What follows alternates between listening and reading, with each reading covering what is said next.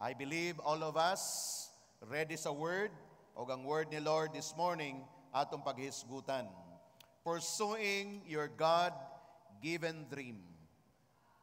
Imong i-pursue unsang gihatag nga damgo sa Ginoo kanimo. And basically karong nga year, ang dream nga gihatag ni Lord sa ato is all about the harvests.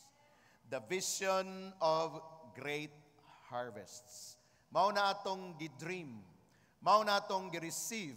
O kay ato na siyang gidream o atong gi-receive, ato nang i-pursue. Ato nang trabahoon. Today is August, month of August. We have at least remaining 5 months before mahuman ang 2024.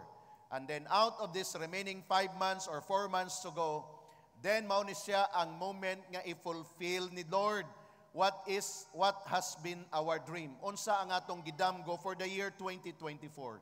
And that dream is all about the great harvest. Ini mo katapad, the great harvests. Pag moing ka, the great harvest, magsugod na sa certain individual. Walay great harvest nga may tabo diya sa imong palibot sa community kung wala nagkaroon og manifestation sa individual person. Og mao natong paghisgutan this morning. Asa nagagikan ang damgo, asa nagikan ang vision, of course, gikan kay Lord, pero asa niya ginapaagi sa tao. Dili dayon sa tibok katawhan but sa individual. And we'll be talking about that this morning. Let me say this to you. The vision of great harvest must be fulfilled in our lives. Say amen. Dapat ma-fulfill sa imong kinabuhi ang vision sa great harvest. Unsang reason? Because that great harvest is all about saving humanity through the gospel of Jesus Christ. Kana ang great harvest nga ginisgutan nato is not a temporary harvest. Of course, ang picture nga ginapakita sa ato is a harvest physical, like humay, mais, prutas, pero ang iyang implication or application actually is the harvest of souls that will last for eternity. Pero ang iyang analogy, makita nato, is all about the physical realm. Meaning to say, gusto ni Lord nga masabta nato in the simplifying nga pamaagi, nga karon imong ma-enjoy ang great harvest, you need to understand the root cause, ang hinungdan sa pagsugod niya na. So with that, in this atong isulti, the vision of great harvest must be fulfilled in our lives in saving humanity to the gospel of Jesus Christ. It's all about the gospel. It's all about the message of God. Og ang harvest nga ginahisgutan along with it is all about the harvest of souls. Mga kalag nga nahisalaag. Mga kalag nga buhi, yes, pero kung walay personal encounter and relationship with God, that soul one day will be totally separated with God, and the Bible said they will be suffer for eternity in hell. Kaya dili nato mamaliiton kanang declaration sa Bible that one day when a person wala siya nag-establish og relationship kay Lord, that person will suffer not for temporary suffering. Dili siya mag-suffer for 100 years. Dili siya mag-suffer og 200 years. And the Bible said, they will suffer for eternity. Og mao na igsoon ang passion or compassion nga nasa tong kasing-kasing. Busa tanan nga mga believers, dapat masabtan ninyo na nganong sama nini kapursigido ang atong pagwin. Nganong sama nini ka-intentional natong gibuhat.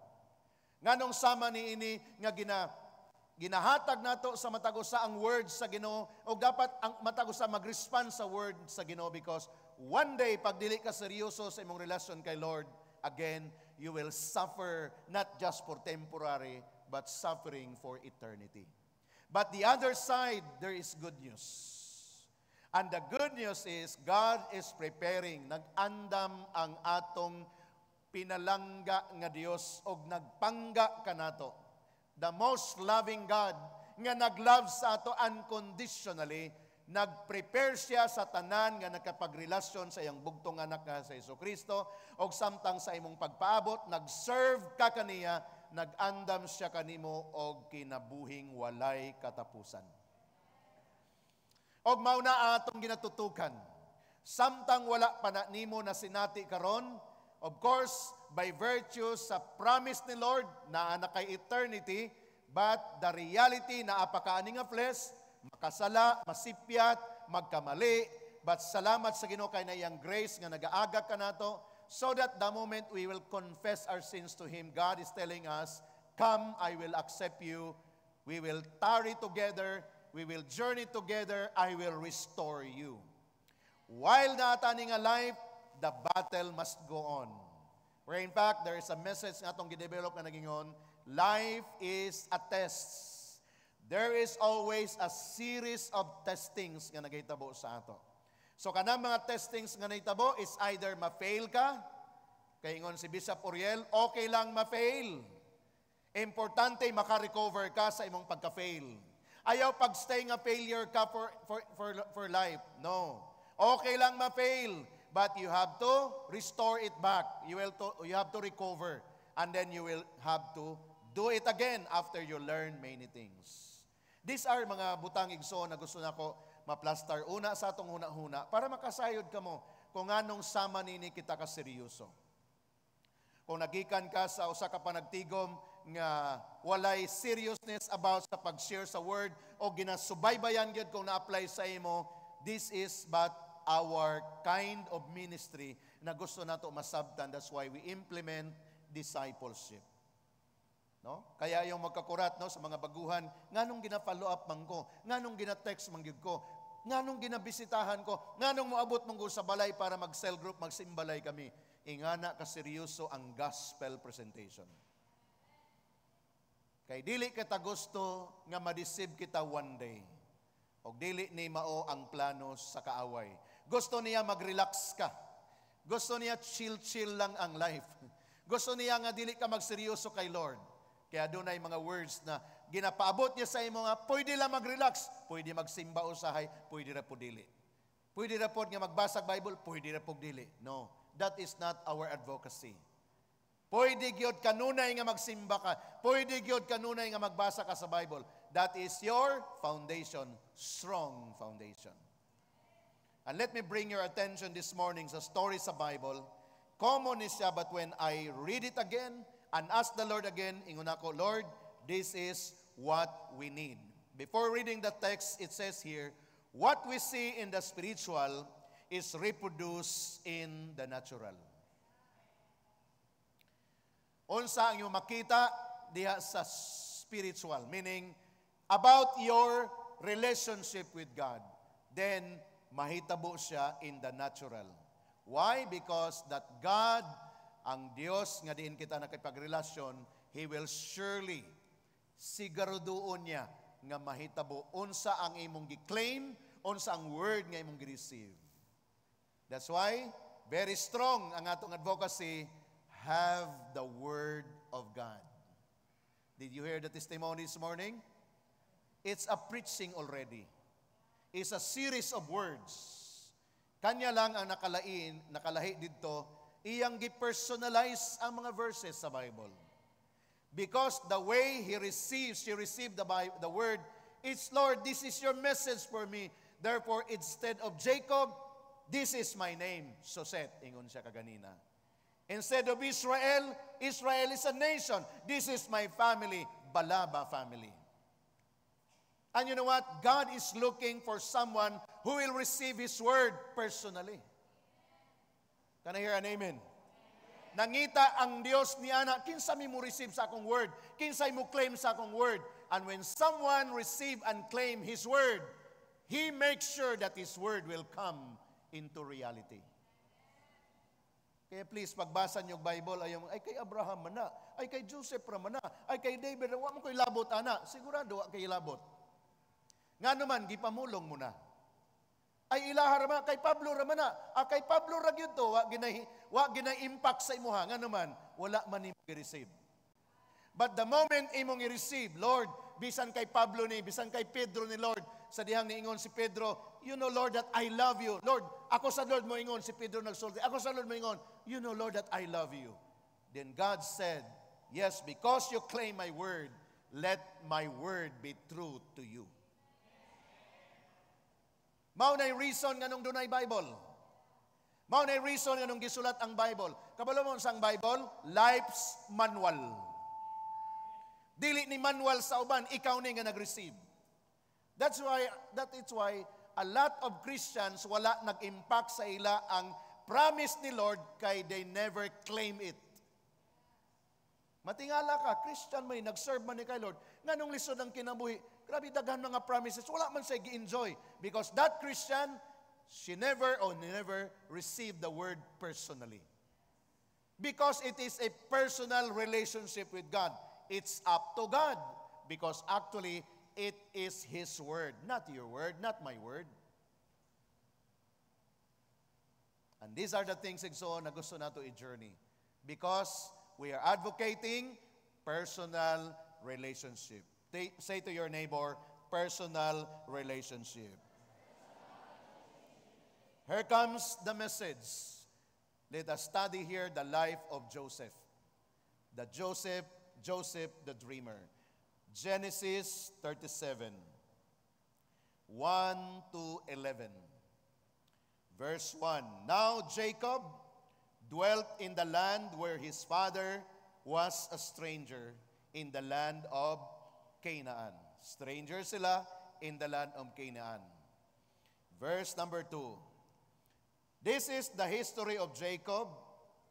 Joseph, being 17 years old, was feeding the flock with his brothers, and the lad, which is Joseph, was with the sons of Bilhah and the sons of Selpa, his father's wives, and Joseph brought a bad report of them to his father. Kumbaga, tanan nga nakita niya nga dautan sa imigson, iyang gi-report sa iyang amahan. And this is what happened in verse number 3. I-follow na tong story, kay dinita mag-draw og lesson. Now Israel loved Joseph, meaning the father, and his name is Israel, which is Jacob, more than all his children. Dunay rason nganong mas gimahal ni Jacob si Joseph. Mao ni ang rason, because he was the son of his old age. Kumbaga, unwanted na, naburos pa, old age. Kaya grabe siya ka, loved. Also, he made him a tonic of many colors. No, grabe gining papa, nagi, favoritism. Nairason.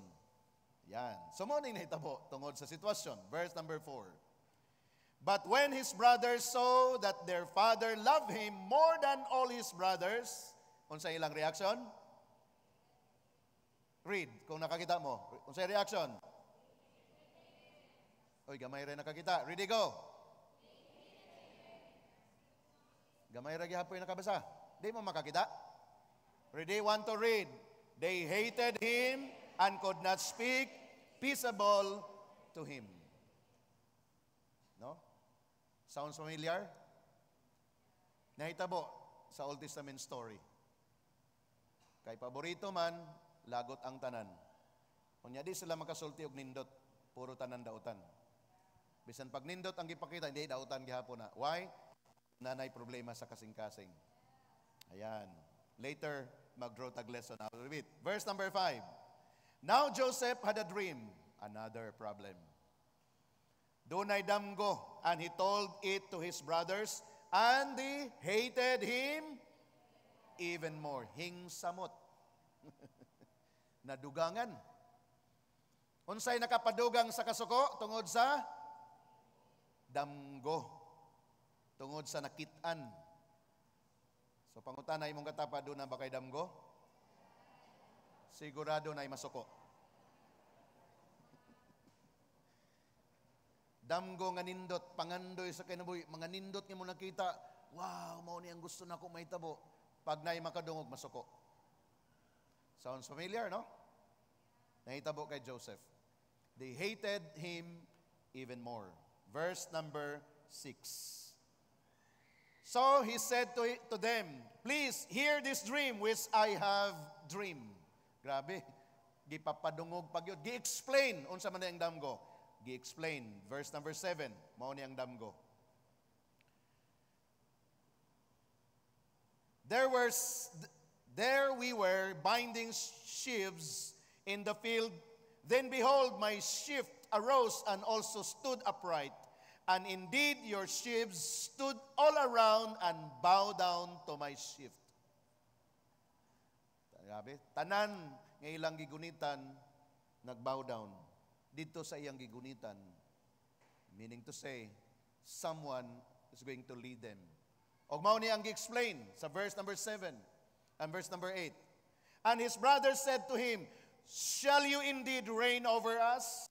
Or shall you indeed have dominion over us? So they hated him even more for his dream and for his words. Kumbaga si Joseph, siya anong magagawa ko? This is my dream. So unsay resulta? Grabe ang kasuko. Verse number 9. Hangtod din sa verse 11 lang. Medyo delayed, no? Then he dreamed still another dream and told it to his brothers and said, look, I have dreamed another dream. And this time the sun and the moon and the 11 stars bow down to me.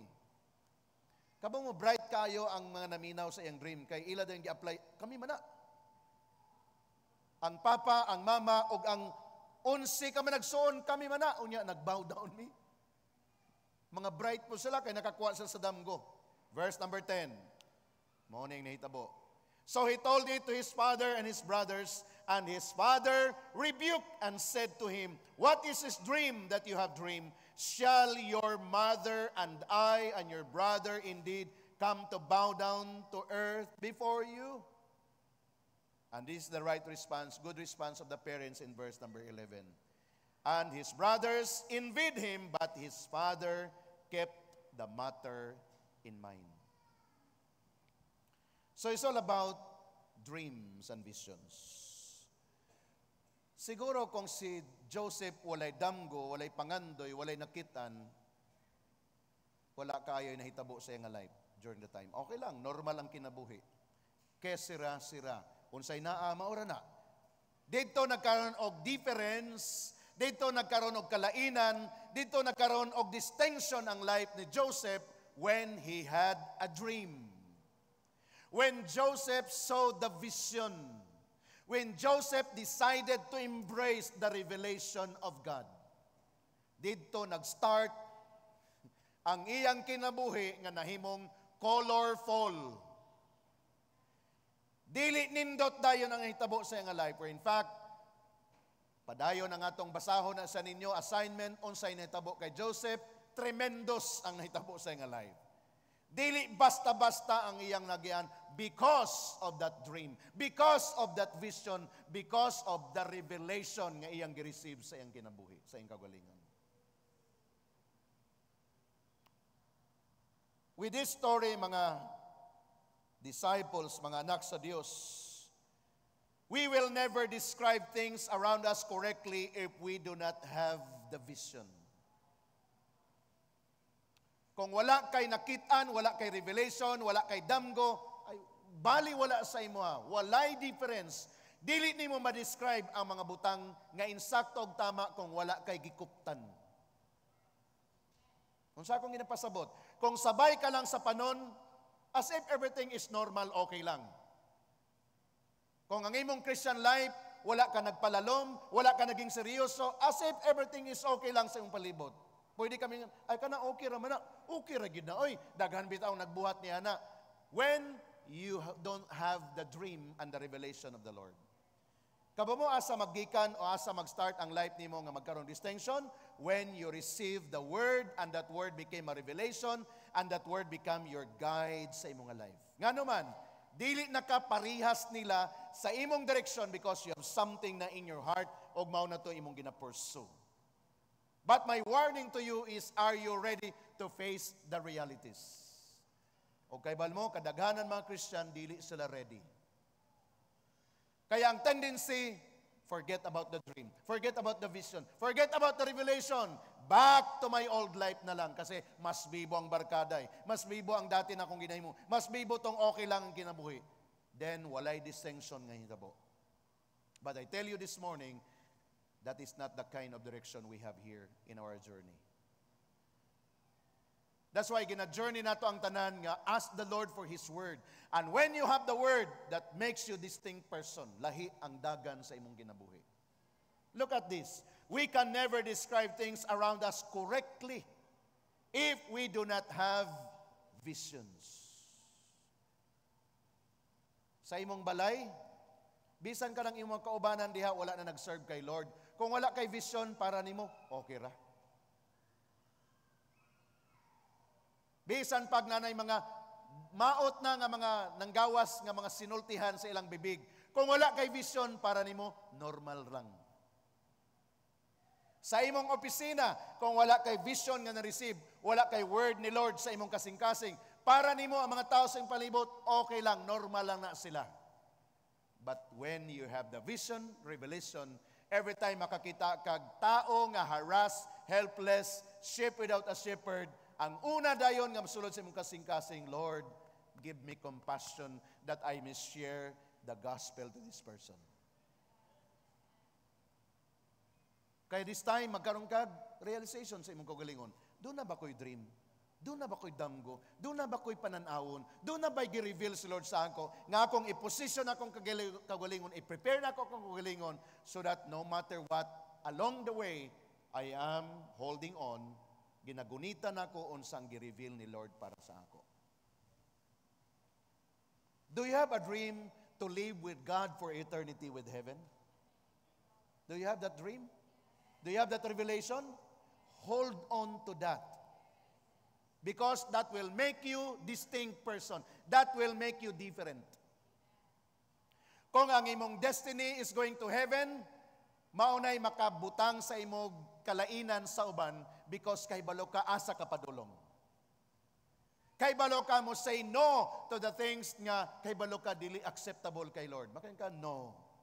Please, ayaw ko nyo apila. That is not my principle. That is not what the Lord is telling me. Without judging them, without condemning them, but you have to extract yourself because again, you have a dream. Very important. And when Joseph in this story received that dream, ang una niyang gisugat is, he has to be bold enough to tell the dream to the person nga maka-contaminate sa iyang damgo. Kay balo mo unsa ning dream nga gihatag sa Ginoo kay Joseph? Ang iyang ending is to save humanity. This is not just a personal dream and visions. Because nahibalo ta sa story, sa ending part sa story, nga grabe ang kagutom nga nahitabo for 7 years. Doon ay 7 years nga grabe ka abundance, but the last 7 years is grabe nga drought, kagutom. Therefore, Joseph positioned himself to be the Savior, literally, not just for the Canaanite or the Egyptian, but even to the nearby nation. Can you imagine that? It seems that is personal dream.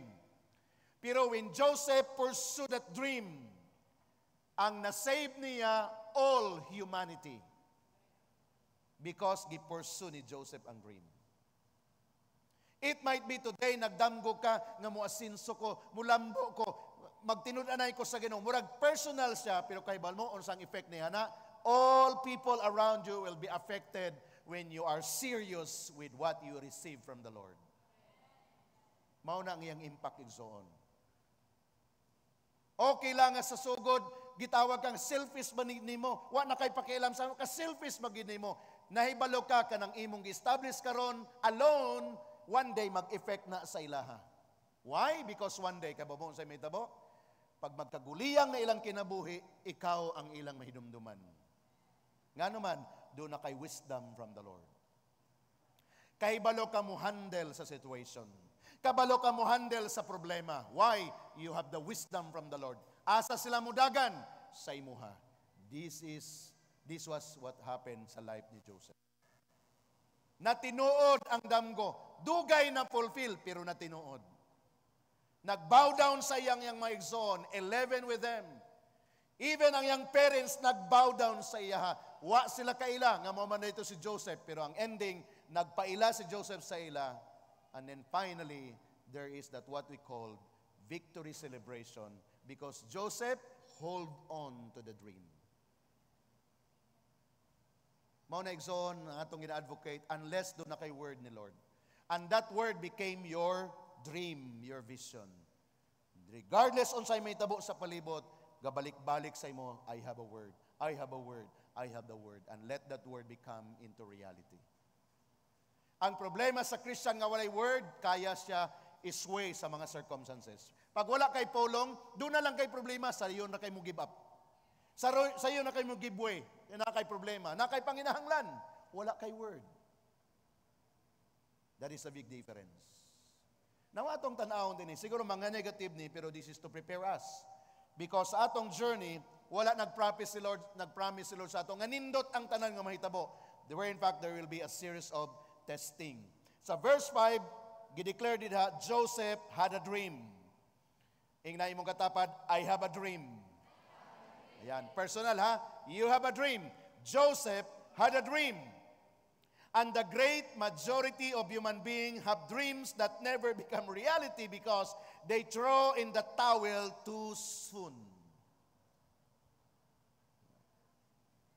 Tanan dunay damgo.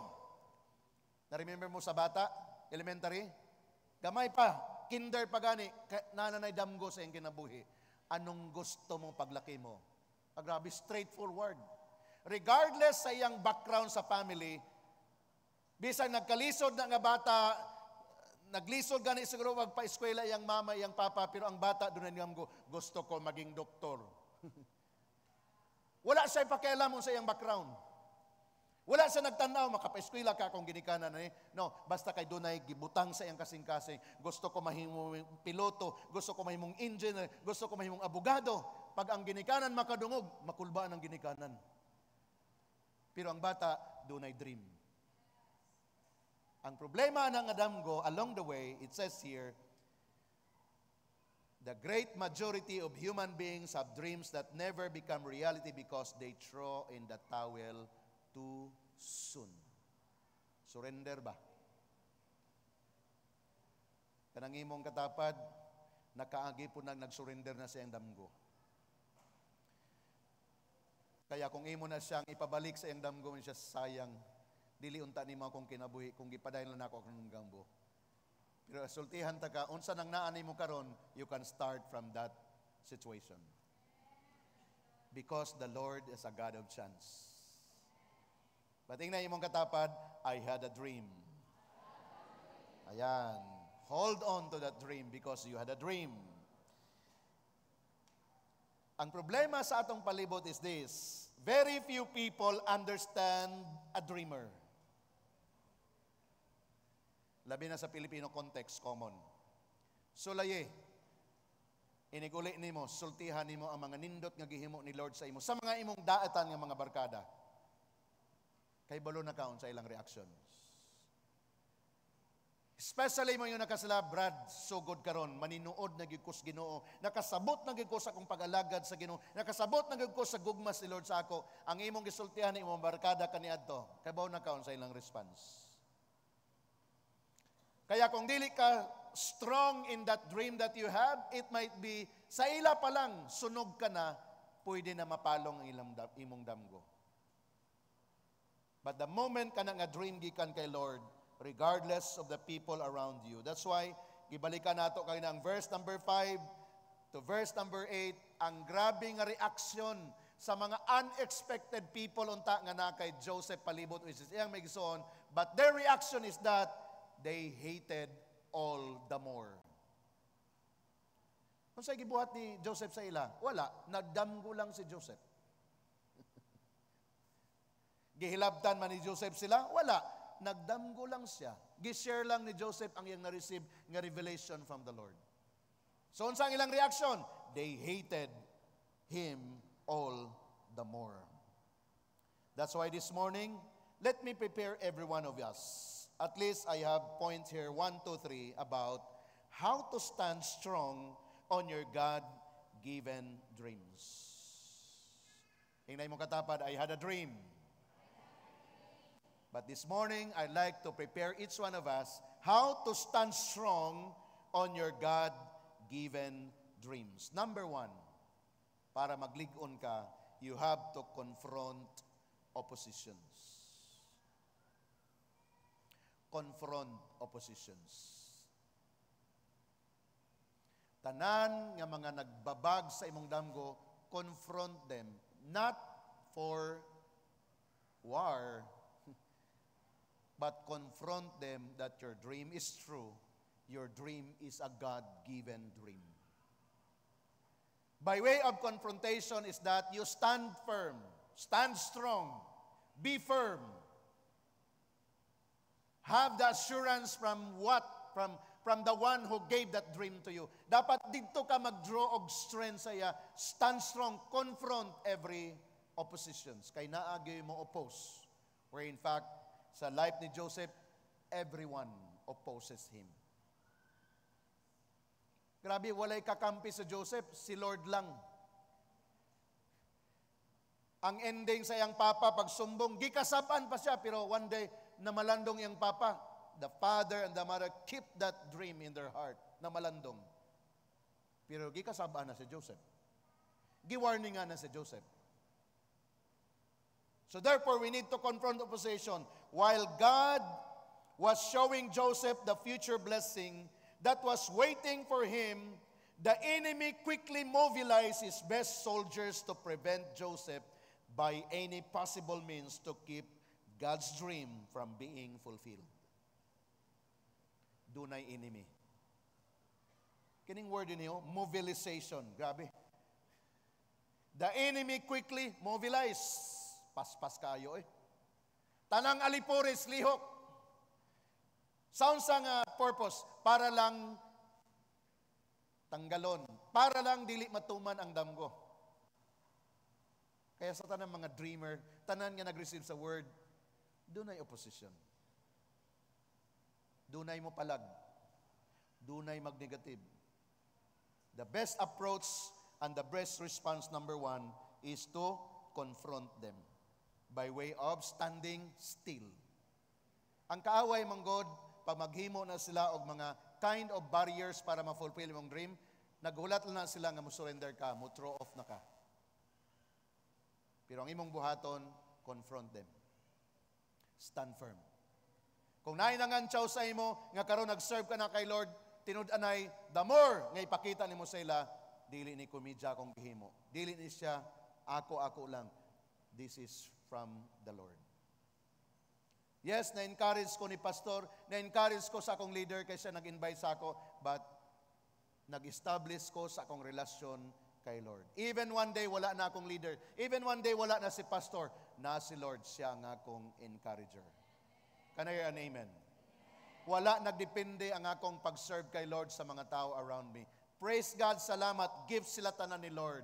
My cell group, my leader, my pastor, my mentor, my leader above me is a gift. But even though wala na sila tanan, still I have established my life unto the Lord.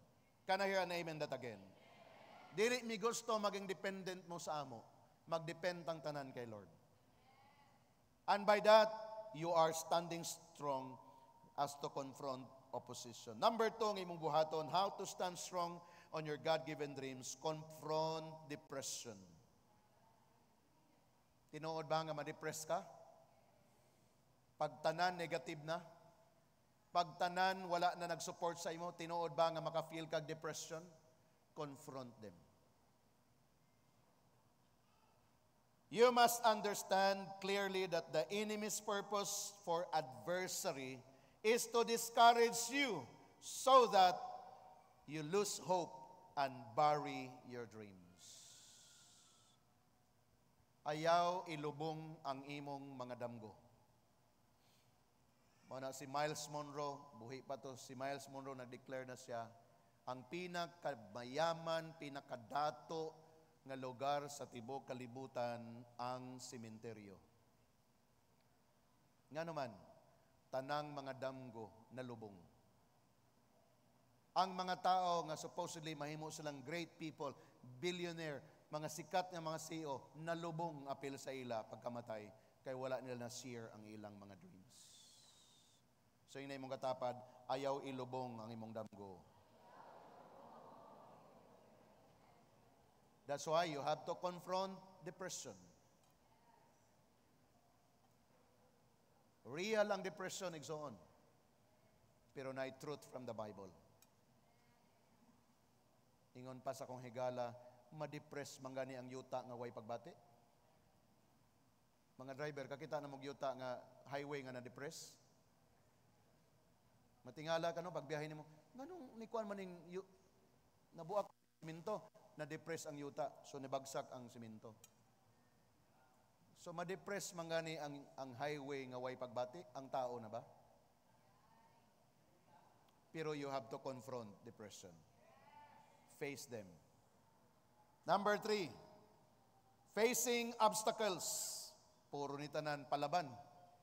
Walay surrender ring dapita. Walay atras ring dapita. You face the obstacles. Unsa man mga obstacles, oppositions. Behind the visible world, there is a whole invisible realm. A veil is all that separates the two. You have to face obstacles. Kini sa tanan, actually, ako lang yung gisummarize. Naka-learn kong lesson ani sa life ni Joseph. Tanan nga nahitabo sa iya, mao ni ang 3 category nga akong na-receive. Iyang gi-face ang tanang klaseng obstacles, just ang iyang dream ma-fulfill. Na-fulfill ba siya overnight? Dili. Over years. Nagdamgo siya 17 years, unsa na siya nga tuig nga nahimong prime minister. It's about 36 years. Can you imagine that years of waiting? And yet, he is so determined. Why? Because that dream is a dream that comes from God. Ang problema kung kanang imong damgo lang, wala nakakonect sa heaven, problema ng dako kay one day, pwede na siya mawala anytime. But if it's God's revelation to you, you are able to face obstacles. The obstacles that Joseph had to face during his journey of blessing is so great. Unsa man nga mga obstacles? Obstacles of envy. Grabe nga, kasina. Pag doon na kay mga nindot nga plano, ang number 1 nimo nga obstacle is dunay masina nimo. Ikaw karon nangandam, magsulti ka nga one day, mao ni akong balay, mao ni akong trabaho, mao akong negosyo, tanan nga naminaw ana, maibog. Maglagot. Wala pa nimo nasugdan, gusto na nila gubaon sa imuha. Realidad na. Inspired by the devil na nga mga tao.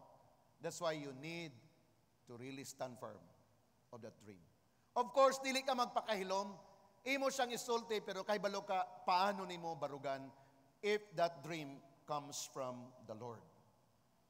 In Proverbs chapter 27 verse 4, tanawan yung verse, anger is cruel and fury is overwhelming, but who can stand before jealousy?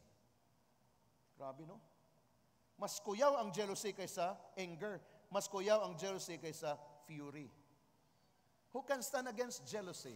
Kaya ang jealousy, secret siya nga nag-work. Wala ka kasayod, pero nagselos na, giplanuhan ka. Imo siya masugat, mag-smile. Lami kayong smile, pero nag-jealous na, bantay lang ka, may araw ka rin. Dili halata. Pero katong nasuko sa imo, di ba mulikay na, di na magpakita. May masukog yun. Pagkita pa lang, nagigway, klaro na. Makaandam ka na. Ang nag-jealous, di ka kaandam. Pwede ni mo siya makauban. Nagulat lang sa tamang panahon. Inigbagsak ni mo, pikat. Nga naman, that is her goal and that is his goal. So beware of envy, jealousy. Did you learn something? Number 2, he had to endure rejection. He was rejected. Kung sa ito na yung ganina mo, I had a dream. Kung hindi mo nasulti, I had a dream. Ready? Want to say it? Get ready for rejection. I-reject ka sa imong barkada kasi lahi ng imong direksyon. Sa inyong pag-eskwela, bye. Tapok sa tadribay, lingaw-lingaw ba? Oh, sorry kayo, I had a dream. Then one day, dili ka nila pansinon, i-reject ka nila. Get ready for that. The important is, I had a dream. So get ready for that. Every vision given by God is going to meet opposition. That is so clear. If it is given by God. Mutagbo gina og mga opposition. Number 3 nga atong pangandaman. Faith to endure changes. Dapat doon na kay pagtuo nga makalahutay ka sa nagkalaing mga changes nga mahitabo sa imo. Grabe si Joseph, nahimo siyang flexible. Change after change. Walay permanent sa iyaha during that time. And yet, he had a faith to endure. Joseph had to face so many changes that only the grace of God could sustain him. Only the grace of God could sustain him. Dunay nag-promise niya, wala natuman. Dunay naghatag niyang trabaho, gibinuangan. Giakusaran. Grabe nga changes. Nindot na unta yung posisyon, gikan sa gilabay sa dito sa balon, gidala siya, gibaligya bilang slave. Nindot yung posisyon, kay naa siya sa ikaduhang tao dito sa Egypt. Nahimo siyang manager sa balay, pero one day, accusation sa wife ni Potiphar. Changes gikan sa iyang pagkanindot nga posisyon na balhog na pod sa bilangguan. Change after change. Pero asa siya naghugot og strength? Grace ni Lord. Mo na kung sa tao ka mo salig igsoon ma-fail gyud ka. But sa grace ni Lord, hingnay mong katapad, the Lord will never fail you. Hallelujah. That is a profound truth. Number 4, he had to confront temptation. This is what I have said. Joseph had filled himself with the power of the Spirit while maintaining daily close communion with God. Kung doon na kay damgo, doon na revelation, grabe ang temptation. And that temptation, usa lang ang goal, nga dili ma-fulfill ang imong dream. I-redirect ka through the temptation. I like to address this to the mga young people. Doon na kay dream. Even sa mga couple, managtiayon, doon na mo'y dream as a couple and sa family. There is always a temptation that dream will not be fulfilled. Beware of it. That's why daghan kay mga tao, even estudyante, daghan mga biktima, nindot kayong pagsugod, one day doon ay temptation, na tempt, nahulog, napalong, namatay ang damgo. We are in the recovery period this time. Let us all recover. Bisag unsa pang nahitabo in the past, mag-recover kita by the grace of God and by the revelation of the power of the Lord Jesus Christ. Kay mao ni ang gihatag nga blessing para kanato. Unsa ang gihimo ni Joseph? He has to maintain daily close communion with God. Maintain daily. That is why tama ang atong advocacy.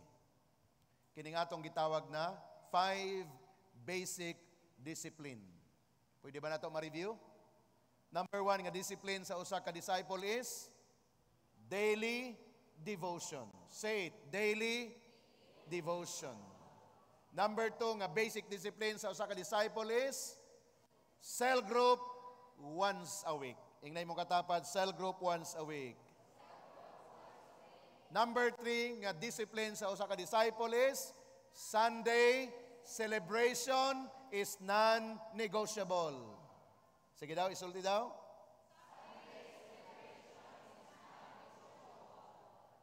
I hope ang tanan nagsulti. Papetik na. Bisag ikaw, dili ka faithful sa Sunday. Isulti na. Eh kung dili ka faithful sa Sunday, Sunday celebration is negotiable. Dili, non-negotiable. Nga naman, doon ay sometimes mabiktima na. Basic discipline siya igsoon. Sunday celebration is non-negotiable sa usa ka disciple. Number 4 nga discipline sa disciple is training and mentoring is my happy hour. Kaya pag doon ay call for mentoring and training, arrange your schedule. Make time for it because that is your basic discipline as a disciple. Number 5, the discipline sa disciple is, I will be faithful on my giving. Meaning to say, I am a good steward and a good manager of God's resources. Can I hear an amen? Basic igsoon. Dili ni lisod, basic. Mahimo ning lisod kung ikaw mismo mag-resist. Pero kung imo lang i-lay down, Lord, I have a dream, and let that dream be fulfilled in my life, then, Lord, I will do this basic. Wa pa ganit ta nangyaw, wala pa ta nagsangyaw. Kaya ikaw unom ana nga mag-carry sa tanan is kanang evangelism is my lifestyle. Magresulta na siya kung nakaning 5 basic discipline. Mo na kaniya tulisod sa usa ka believer nga maging witness siya sa uban kay ang basic nga training or discipline sa life wala man niya nahimo. Para niya ang pag-evangelize pagkalisod ba na kay pastor man nga trabaho nganong ako may noy magsangyaw ani lisod kung wala kay basic discipline. But the moment you do the basic discipline, devotional every day, cell group every week, Sunday celebration is non-negotiable, training is my happy hour, then I am a good steward. Your evangelism will become your lifestyle. Why? You have a good testimony to tell. Because you have a dream. These are the things na gusto ni Lord ma-strengthen para sa ato. Kung wala ka niini nga level sa imong life, I challenge you to dream even these things. Panganduyan eh.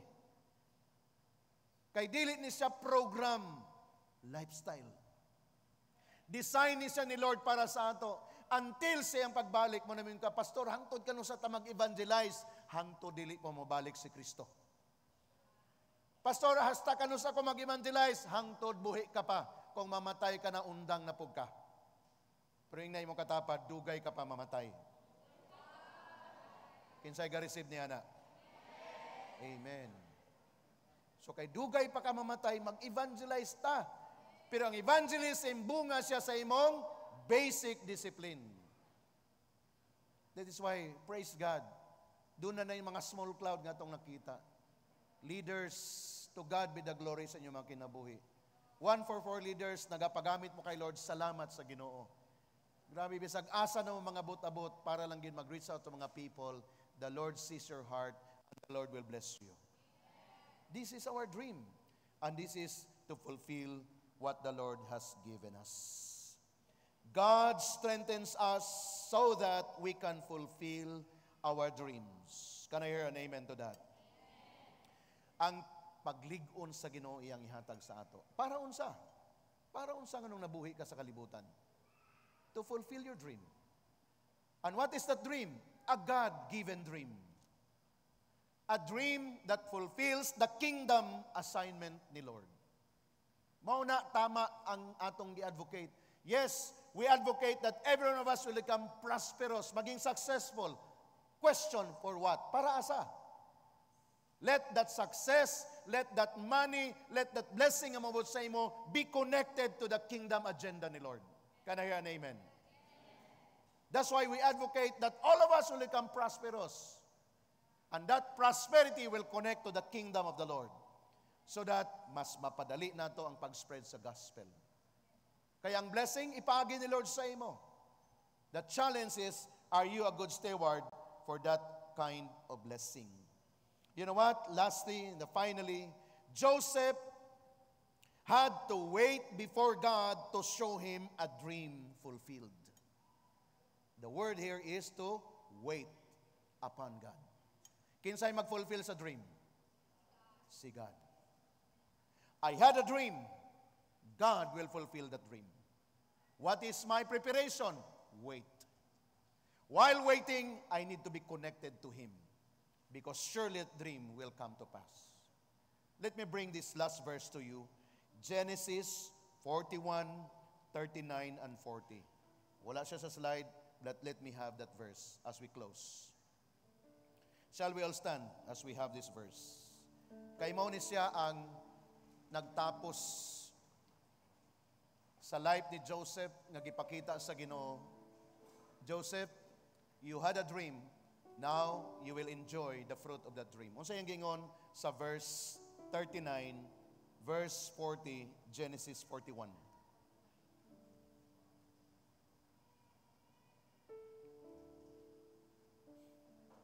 Atong basahon ni ugdungan. Ready, 1, 2, read. Then Pharaoh said to Joseph, "Since God has revealed the meaning of the dreams to you, clearly no one else is as intelligent or wise as you are. You will be in charge of my court, and all my people will take orders from you. Only I, sitting on my throne, will have a rank higher than yours." Did you see? Gikan sa chapter 37, padulong sa 38, 39, 40, 41, na dito ang madugo nga kasalatian ni Joseph. Pero naghulat siya until sa chapter 41, verse 39 to 40. Dunay fulfillment sa dream. Kanya kung imo nang ipadayon pagyod, pagbasa, narito ang fulfillment that ang iyang mga brothers nagbow down sa iya, ang iyang ginikanan, ni-submit sa iya, and in the whole country of Canaan, nagdraw sila og food from Egypt through the leadership of Joseph. You have said this morning, "I had a dream." Is that an amen? And let that dream be fulfilled in your life. One day you will take the lead. Do not despise a humble beginning. That's why mga young people, we never despise you. Young people is so important to us. Mga gamayng bata, we never despise you because one day you will grow, and as you receive the word of the Lord, you will become great leader. Praise God sa mga adults nga niya karon dinhi. It's not yet over. This is our new beginning. Take the lead. Og sa imong pag-lead, be sure that you have a dream. What is a dream? Revelation from the Word. Receive it personally. Pag na-receive mo ng Word, gunitin na one day. Ngayon ka, Lord, I know your Word will come to pass reality in my life because your Word becomes my dream and my aspiration because you reveal it to me. Bow down your head, close your eyes, remember the dream the Lord has given you. Come on. Kung wala ka pa'y revelation, ask for that revelation this morning. Spiritually, emotionally, physically, materially, financially, dream. Give that to the Lord. Ask for a word to confirm that dream over you. Sa imong business mag-expand, ask for a word and hold on to the word. Sa imong journey sa discipleship, ask for the word, hold on to that word. Ikaw single, nag-dream ka one day to have a family, ask for the word, hold on to that word. Tanan igsoon, magbalik ta sa word. And the Lord will never fail His word. Nag-suffer ka karon financially, ask for the word, hold on to the word. One day the Lord will do it swiftly, miraculously. He will open the floodgates of heaven. He will pour out blessing on you because you received the word. You have the dream, you have the revelation. Get ready for any opposition. Get ready for anything negative, but hold on. Even sa imong journey pag-serve kay Lord, hold on. Dagan mga tao di mo tuon nimo, dagan mga tao mag-despise sa imo. Hold on, you have the word. Dili sila ang basis nga magpadayon ka, kundi ang basis ang word ni Lord nga imong gigunitan. Lift up your hands. We'll pray together. Say this with me. Say to the Lord, Lord Jesus, thank you for the dream. Thank you for the vision. Thank you for your revelation.